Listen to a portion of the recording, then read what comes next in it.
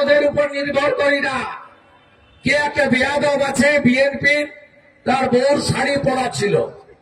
ওই মোল্লা রিজভিকে আমি বলতে চাই, তুমি কিছুদিন আগে কলকাতায় এসেছিলে, তোমার হাতে একটা রিং বসিয়ে নিয়ে গেছো, ওটা ভারতের তৈরি, ওইটা খুলে বের করে দাও, বউর শাড়িটা পরে পুড়াবে।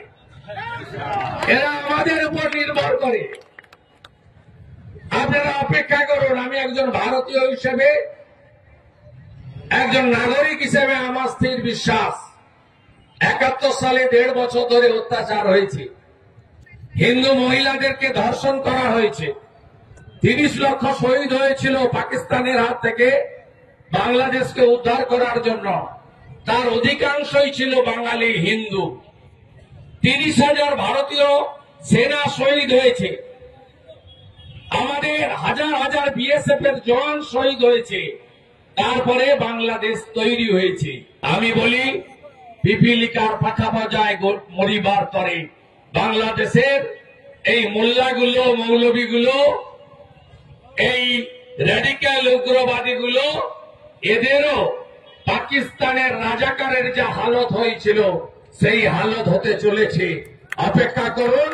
শুধু এপার থেকে ওদেরকে ভালো করে টাইট দেন, এপার থেকে টাইট দেন। আর মঠ মন্দিরে গিয়ে নিজের জন্য, পরিবারের জন্য যেমন প্রেয়ার করবেন, তেমনি বাংলাদেশের আমাদের আত্মীয়, একই ভাষায় কথা বলা, একই ধর্মীয় সংস্কৃতিতে অভ্যস্ত, ওরা খুব কষ্টে আছে, অবরুদ্ধ হয়ে আছে, ওদের বাড়ি থেকে বেরোতে দেওয়া হয় না, গ্রামের পর গ্রাম জ্বালিয়ে দেওয়া হয়, কোন মন্দিরকে আস্ত রাখেনি। আপনারা আসুন, ওদের জন্য আমরা প্রার্থনা করি।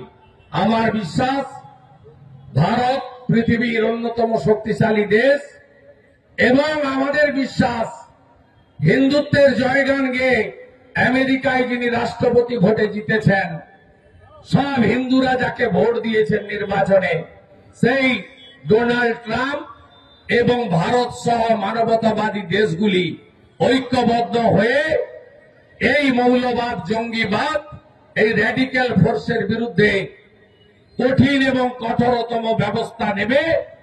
আমি অনুরোধ করব এই সমস্ত শক্তিধর দেশগুলোকে।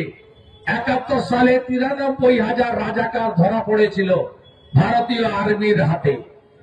ভারত উদার, হিন্দুরা উদারই হয়, ছেড়ে দিয়েছিল সেদিন। এবার যদি ওরা ধরা পড়ে, ওরা যে ভাষায় কথা বললে সন্তুষ্ট হয়, সেই ভাষায় উত্তর দেওয়ার আমি আশা রেখে আমি আমার কথা শেষ করলাম। আমাদের ভিডিও ভালো লাগলে লাইক এবং শেয়ার করুন। কমেন্ট সেকশনে গিয়ে জানান আপনাদের মতামত। আরো ভিডিও পেতে আমাদের চ্যানেল সাবস্ক্রাইব করুন এবং প্রতি মুহূর্তে খবরের আপডেট পেতে প্রেস করুন বেল আইকন।